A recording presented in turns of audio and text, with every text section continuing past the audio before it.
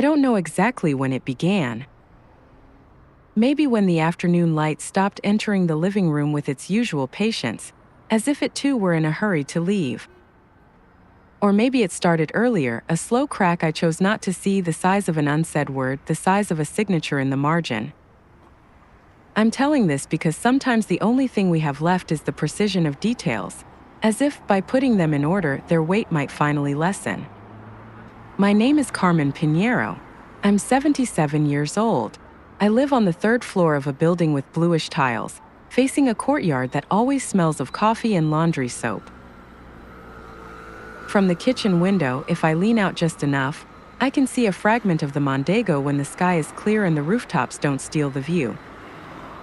Coimbra taught me how to grow old with dignified shame. Students sing Fado wrapped in black capes, and women like me walk early along the Calcutta Portuguesa with short, cautious steps, as if each stone could still hold a stumble or a memory. My home is this: a wooden floor that creaks where my hip does, a pine table stained with wine I refuse to sand, a worn armchair that holds my entire body like a long comma.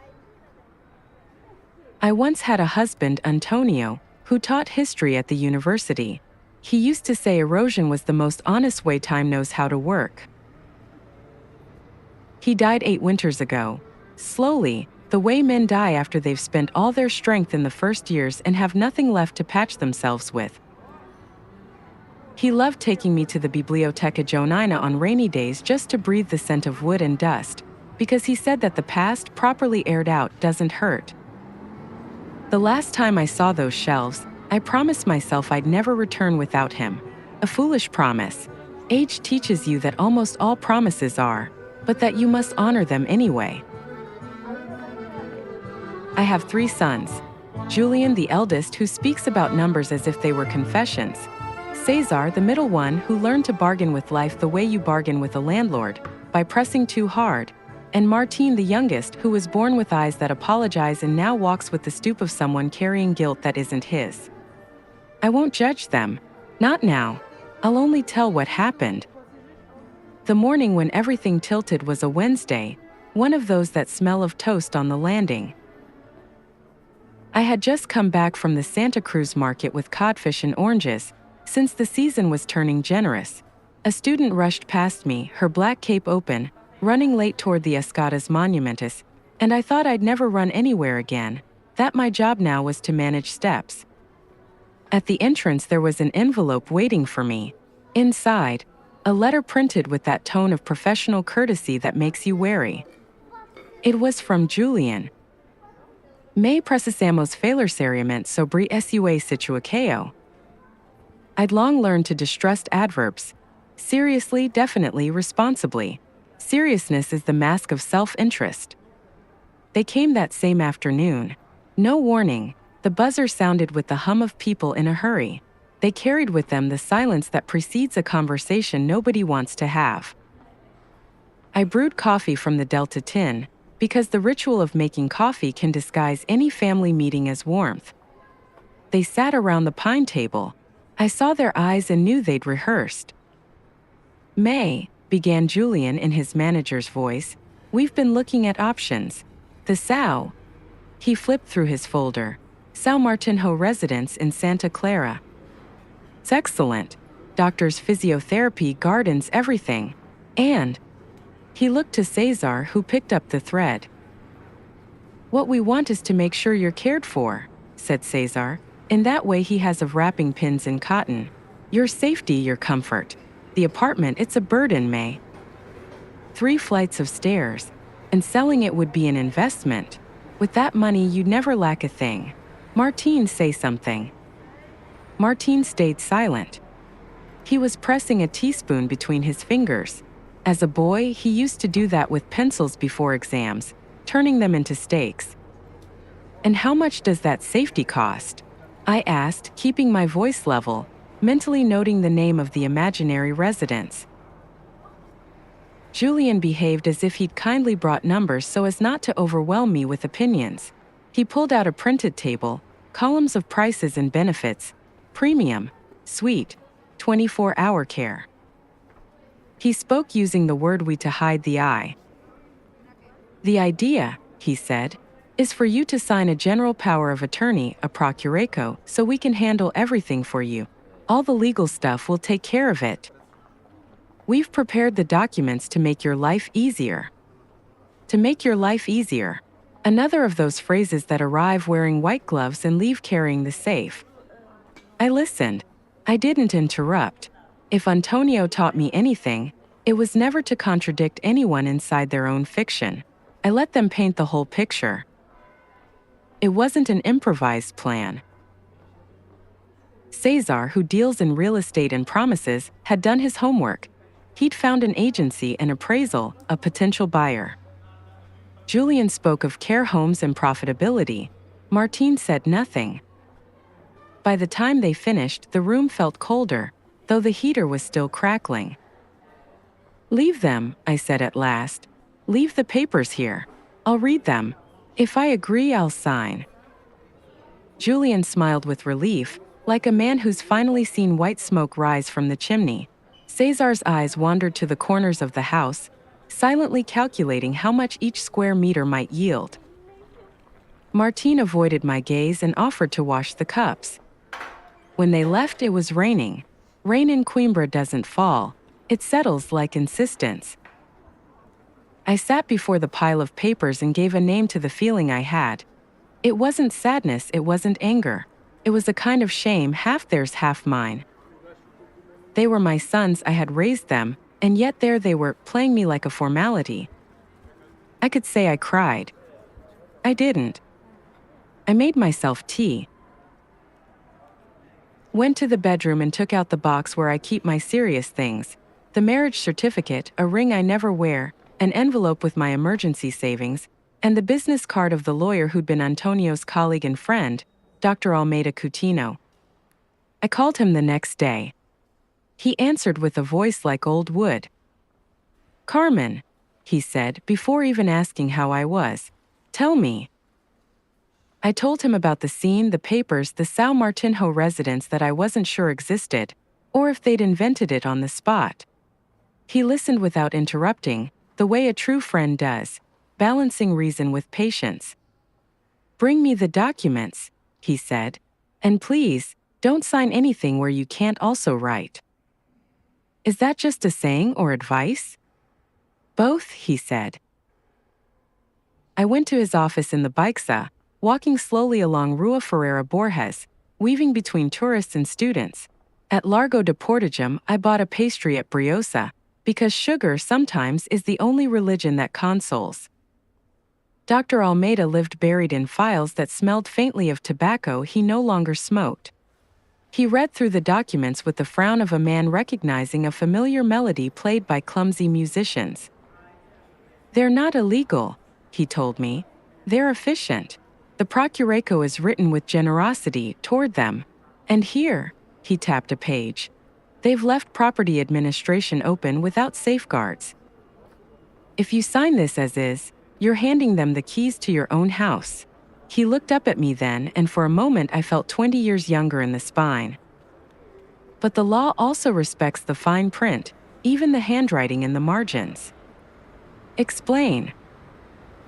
"You can sign and write in your own hand that you reserve the right to revoke at any time, for any reason, and that any future act will require your explicit approval. I'll file the revocation the next day. Every page bearing your handwriting becomes a dam. And if they don't read it?" "They won't," he said, not cynically, just certain. Haste is the worst reader. I went home with a plan. For the first time in weeks, a sleeping muscle woke up. The strategy wasn't grand, it was small, patient, like a grain of sand inside a shoe. I set the table, took out my blue ink pen, the good one, the one that doesn't bleed, practiced my handwriting in a notebook.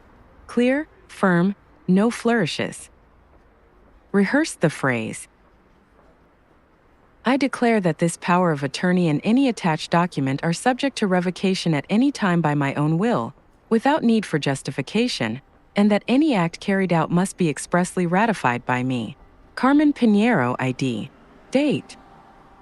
I didn't need to be a lawyer to write something irrevocable in spirit. That afternoon they called.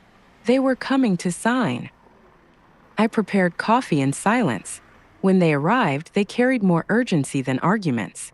They'd secured a triumph in Cesar's tone, an appointment with the notary to certify the power of attorney. They talked about dates, about moving by the weekend. I nodded like someone who lets the wave build, knowing it will break where she decides. Before we go to the notary, suggested Julian, let's sign here so we don't waste time. Of course, I said. You tell me where. They spread the papers before me, smoothing the page as if they were tucking me into bed. I made the first signature where they pointed, on the line marked Assinatura. Then I looked down, drew a breath, and in the same hand wrote in the margin. Agreed under the handwritten revocation terms on this and all other pages. Zippy. No one said a word. We moved to the next. I did the same page after page. I signed their line, then mine in the corner. Nobody checks because they trust the rectangles. They glanced at one another, already celebrating. Martin, staring at his teaspoon again, said nothing. When we finished, Julian gathered the folder, satisfied. May, you'll see it was for the best.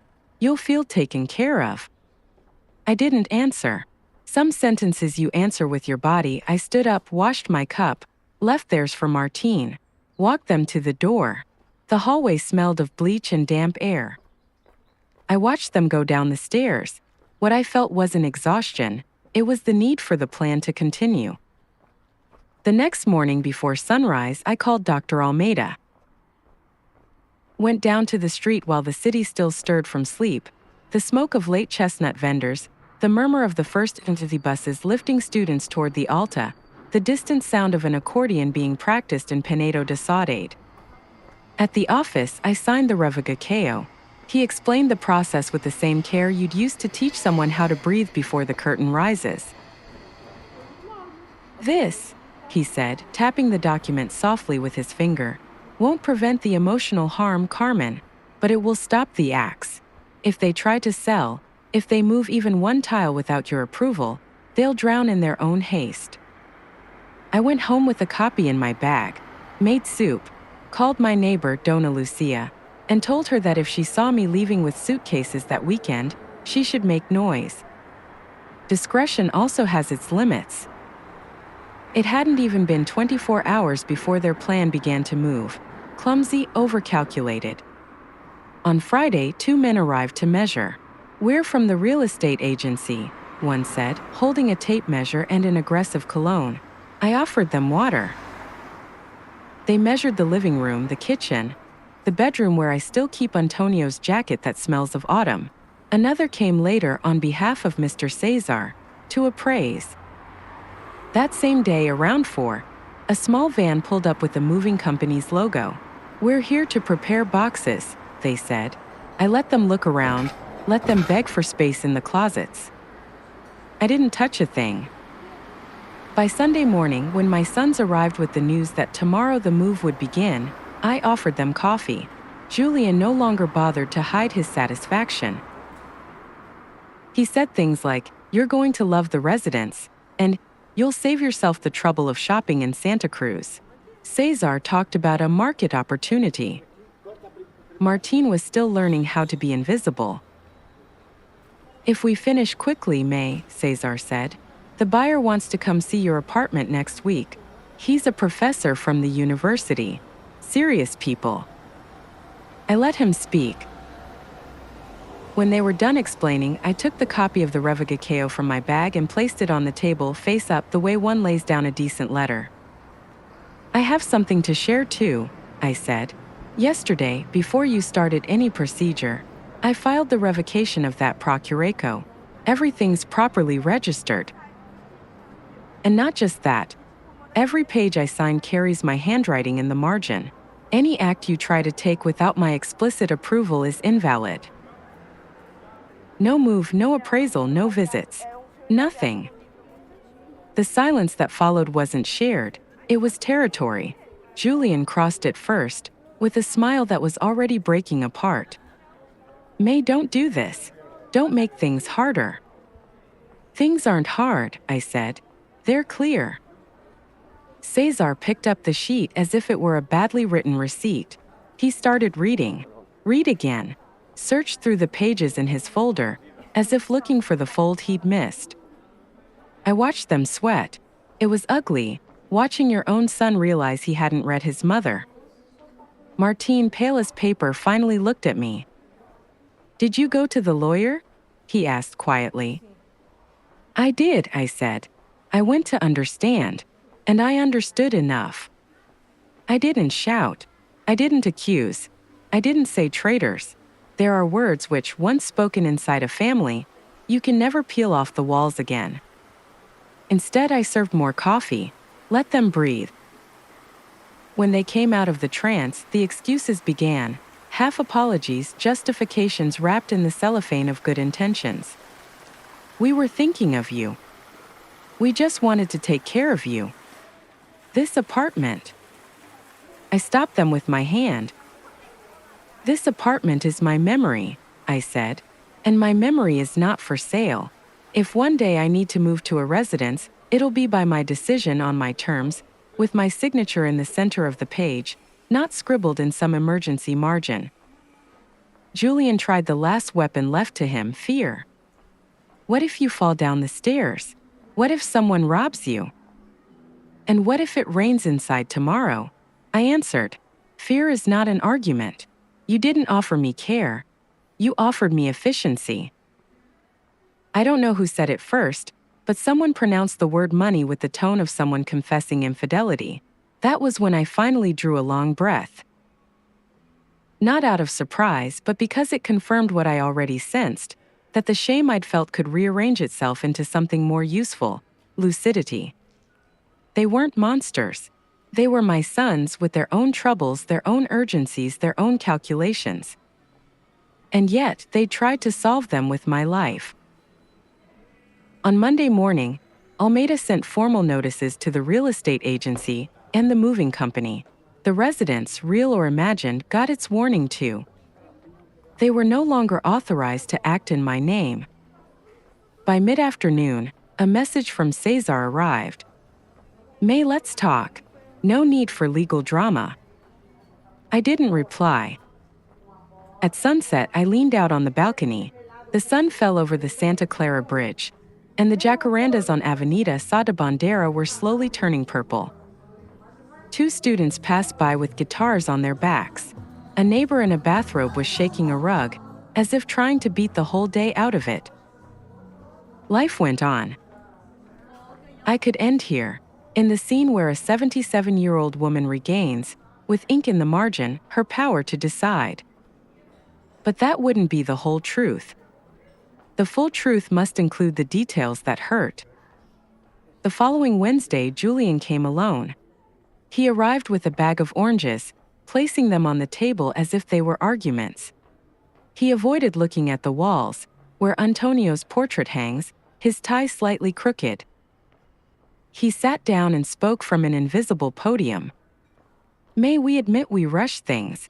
There was a lack of communication. We're worried. Your health. Martin told me you've lost weight."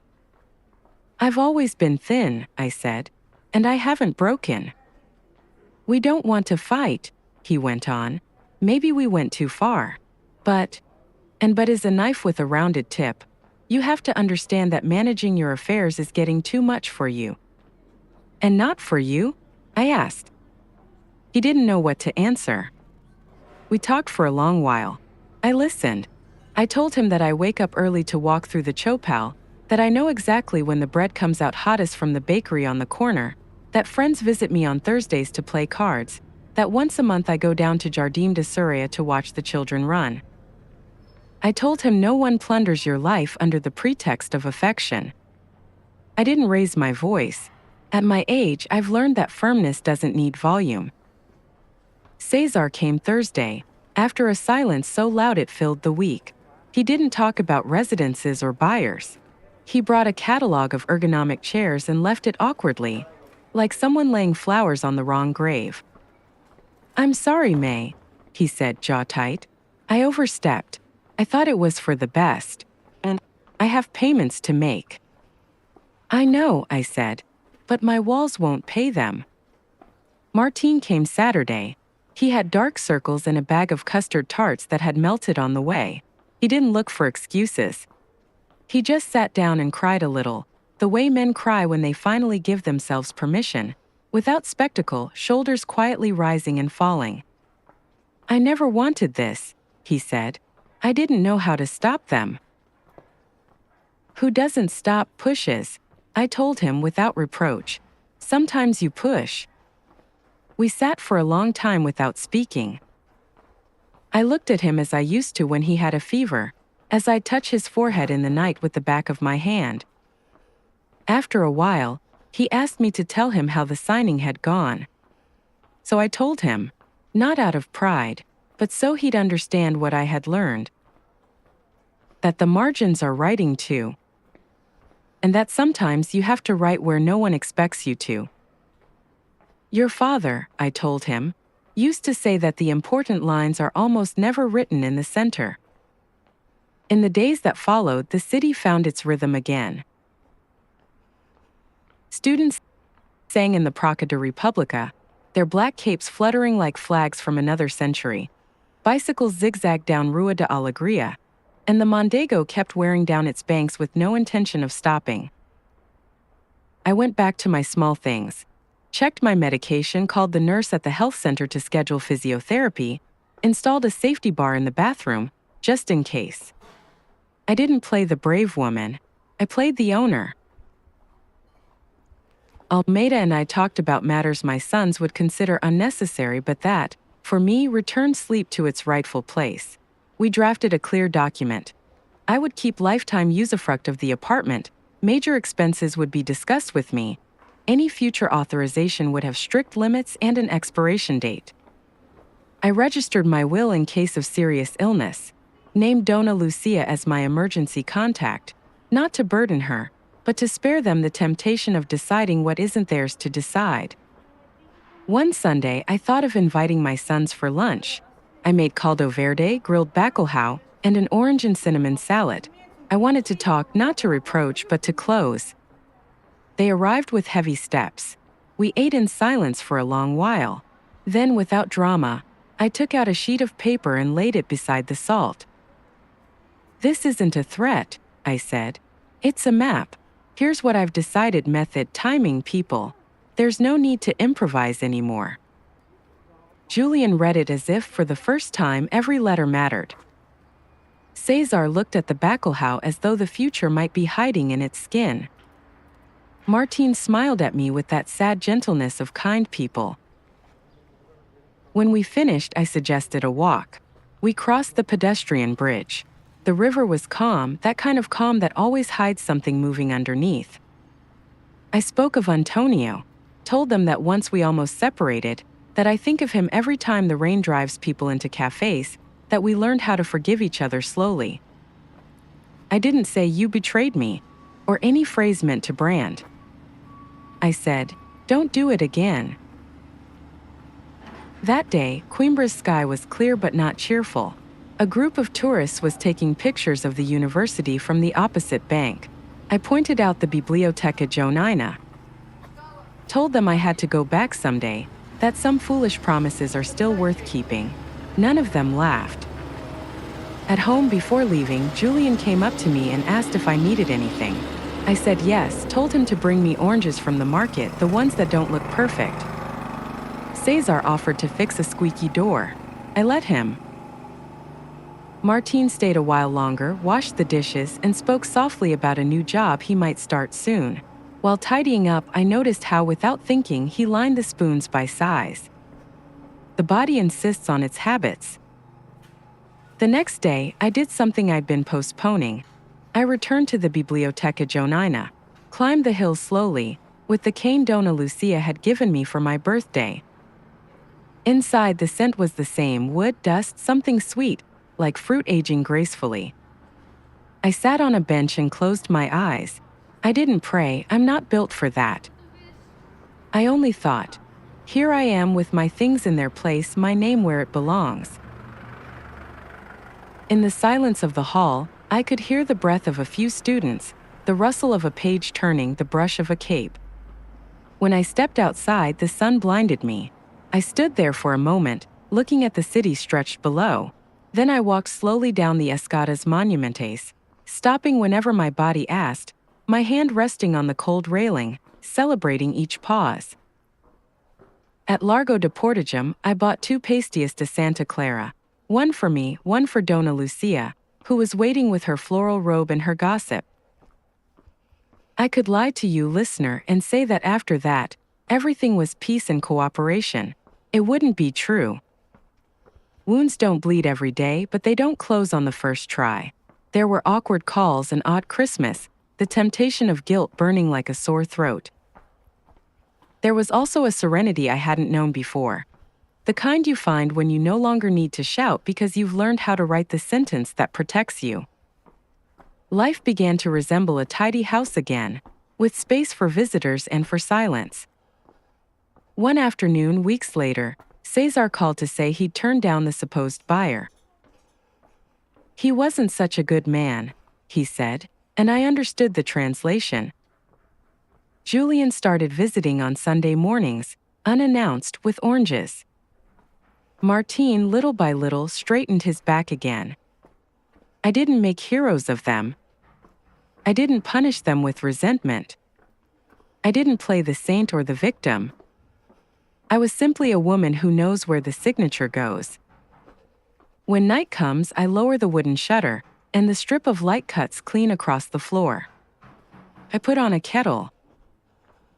I listen to the city's patient murmur, the bus stopping at the corner, 2 girls laughing on their way back from singing, the wind bending the jacarandas.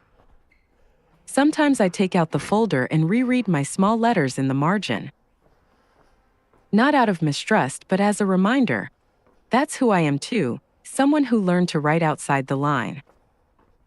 I wonder if someday my sons will speak of this story as a lesson learned or as a misunderstanding they'd rather forget. I don't know. I've learned how to wait without demanding. It was a midday that smelled of oranges and freshly watered streets. I went down to the bakery and bought bread with a hard crust. When I came back, Martín was fixing a safety bar in the bathroom.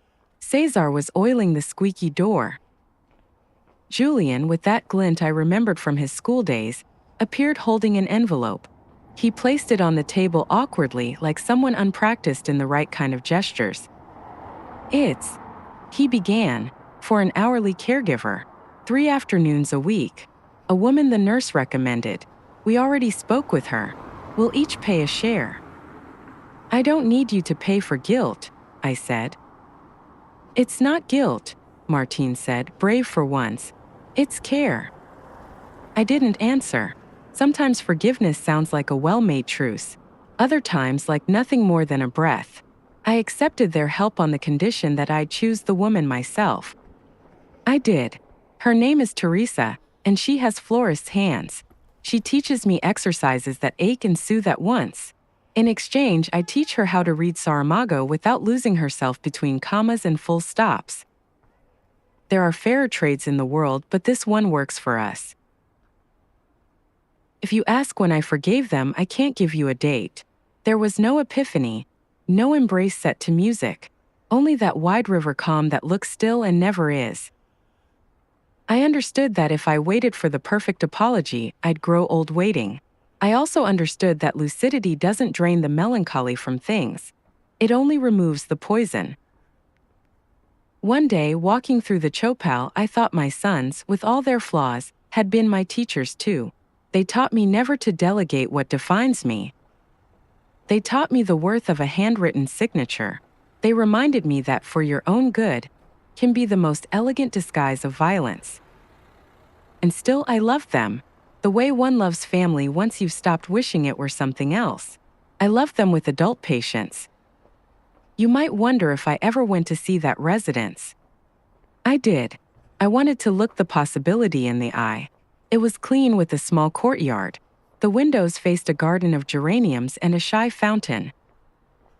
I saw 2 women playing cards, a man napping before a silent TV, a nurse crossing with a tray. I could live here someday, I thought. I could choose it myself, like someone switching stations when the radio starts to crackle. I left in peace, the kind of peace you feel when you leave a place that isn't calling you yet. Sometimes I sit on the balcony with a small glass of wine and listen to the fado rising from some bar in the Baixa. The guitarists sing the same as ever. The weight of a love, the rain that won't move on, the city that cradles you and keeps watch. I have a blanket that smells of lavender. The footsteps from the apartment above sound like someone running. I think of Antonio and his insistence on looking at the past with open windows. I think of my hand steady now, writing in the margins after all these years. I think of my sons walking through the city with their haste corrected, with the faces of men who've learned something they still don't know how to name. I don't know what will remain of me when it's time to go, beyond a box of black and white photos and this pine table stained with wine. Maybe the idea will remain that at any age, you can still say no with grace. That you can stop a move with the right stroke of ink. That sometimes you can smooth the wrinkles out of life's map and hang it straight again. One day, I walked with Martin to the Praça da República. He hugged me awkwardly, like a son who never knows how much to hold on. He gave me a used book, Memorial do Convento, filled with another person's notes, a stranger who had underlined the very same lines I would have. I sat on a bench and began to read. Beside me, two students argued about exams and love, and how eternal youth seemed to them. I smiled without irony. The sun was warm just enough. The breeze moved the leaves just enough. I thought of Antonio's old line about erosion. He hadn't been wrong. Time wears things down to make them truer. This isn't a heroine speaking to the world. It's a 77-year-old woman telling you how she signed twice to remain herself. How the city wrapped her up in its streets, its river, its people. How shame reorganized itself into intelligence. How melancholy learned to live within a simple plan. I'm not looking for applause or a jury. I only hope that somewhere, someone understands that life sometimes asks us to write where there was never a line. Tonight, I'll sleep with the window half open. I want to hear the city breathe. I want to hear my own. I feel calm. I feel mine. I've signed where I needed to sign. And if they ever bring me more papers, I'll read them with the same stubborn calm. Margins don't scare me anymore. They belong to me. And from now on, if anyone asks what I learned from all this, I'll answer without trembling. That sometimes love also needs a notary. And that a signature, when it's yours and in its place, can be all the revenge you'll ever need.